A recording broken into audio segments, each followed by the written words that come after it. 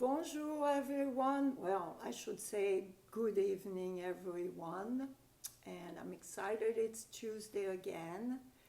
And we are traveling to exciting places again. I felt I have exhausted you. I know in real life we never went anywhere, we didn't travel to exotic places. But if you think about it, I have taken you on a journey. We started by not slaying the dragon, but awakening it in within us, which is even harder than slaying it. And then we had to rise from the ashes. I mean, this is exhausting.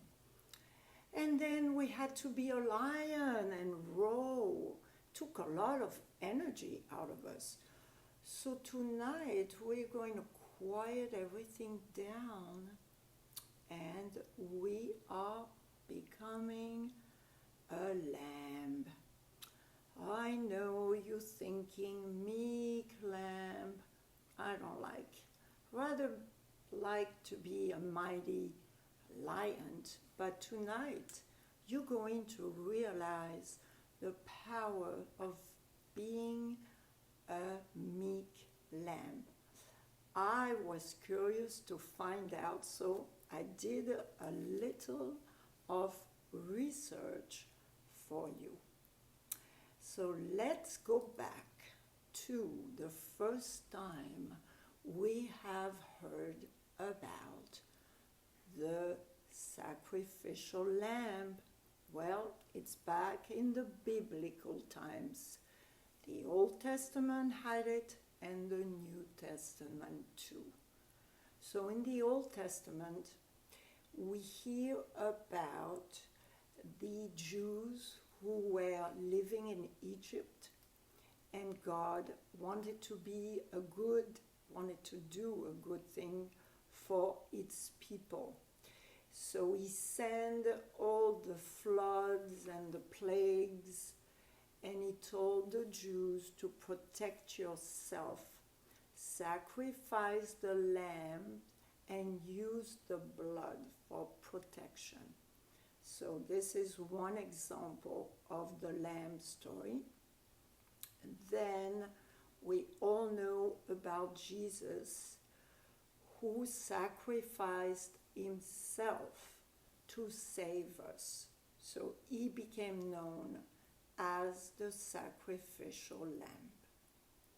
So this is incredible, I thought. And we put this down.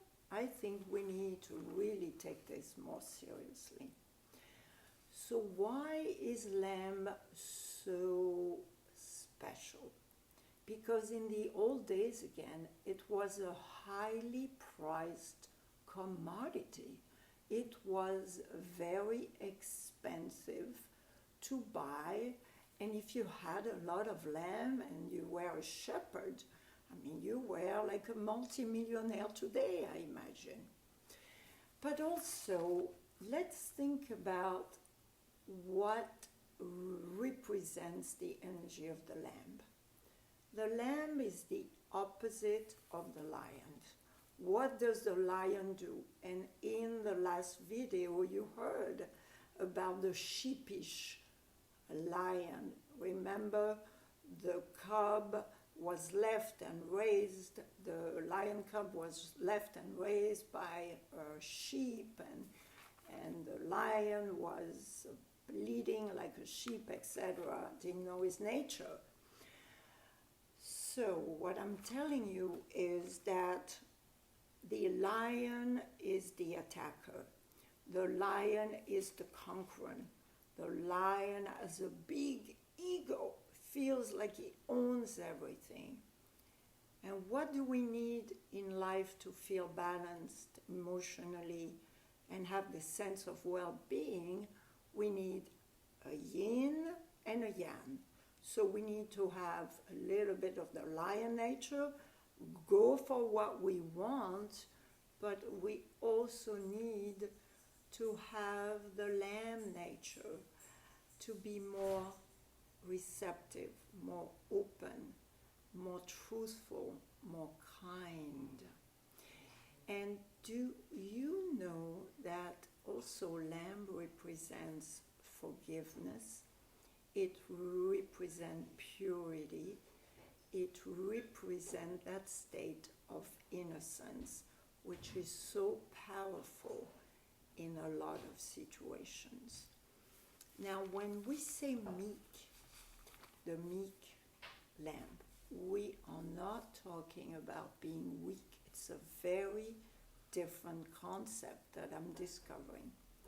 To be meek is that we are not in control of a situation, and that the situation that we're in requires that we make some sacrifices.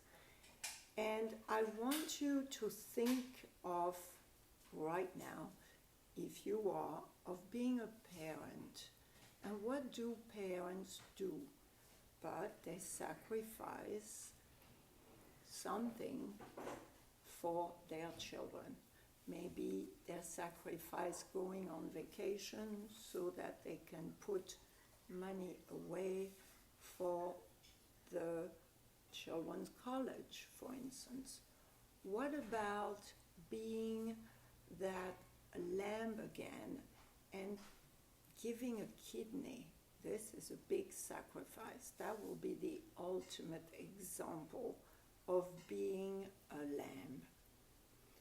So I hope tonight that I am changing the way you think about a lamb and enjoying the concept of becoming more of the lamb in your life.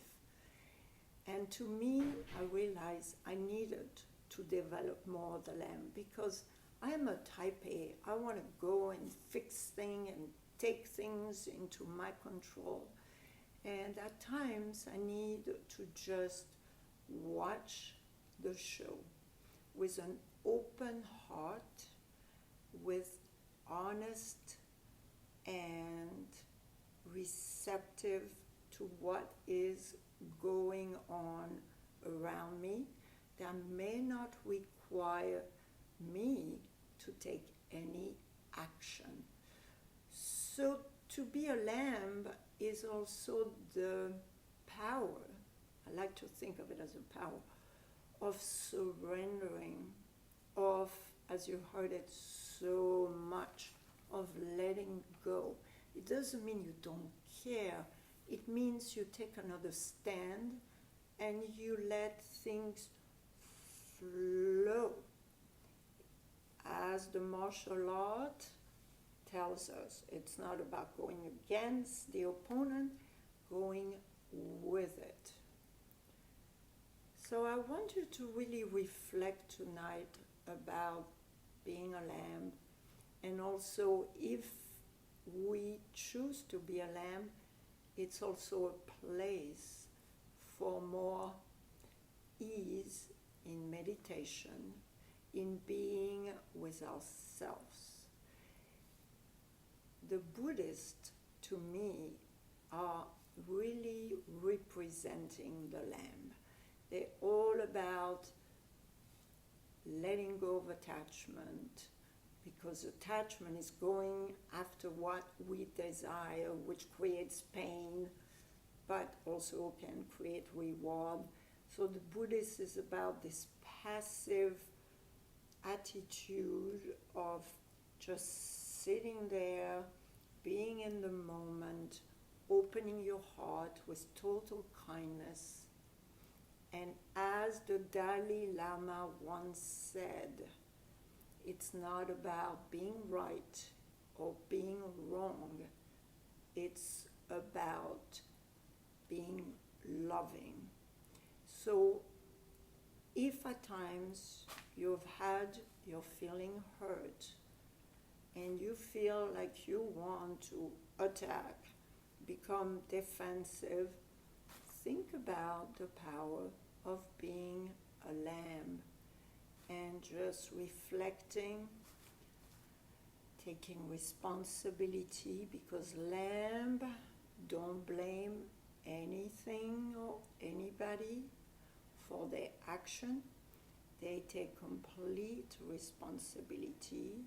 They have the power of self-reflection, the power again of being in that mindfulness position to look around and notice what is happening and taking a deep breath and returning back to the power of the heart, purifying the heart from all the resentment we may hold, the anger, maybe sometimes we have to admit it could be a little hatred, and to keep this heart filled with loving kindness, which is the ultimate goal, to find our peace in life, our contentment, and our